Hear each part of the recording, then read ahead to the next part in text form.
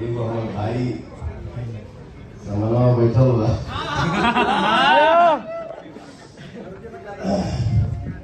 कितना अच्छा लगता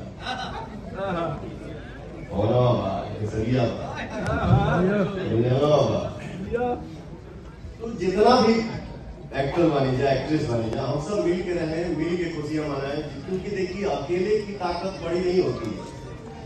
हम सब अगर एक साथ रहेंगे तो फिर कोई तो ज्यादा बोली जाना ठीक ना कभी कभी हालांकि केहू के इंटरव्यू हम देखनी तब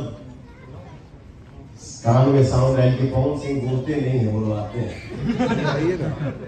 ठीक ना वो बोले लेना बस खाली होली करके छोड़ दे। अच्छा ऐसा मेरा नेचर नहीं है, मैं ऐसा काम नहीं करता हूँ।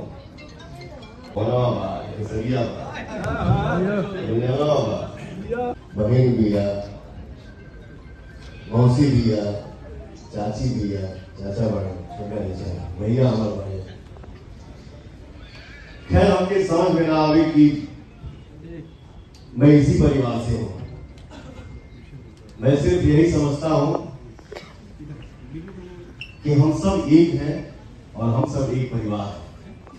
मैं यही सोच के अपना जीवन जीता, ठीक है? यही मेरा जीवन है और मेरे बर्थडे की खुशी में मेरे बड़े भैया राज जायसवाल जी इतना बड़ा आपने गिफ्ट दिया, उसके लिए दिल से धन्यवाद।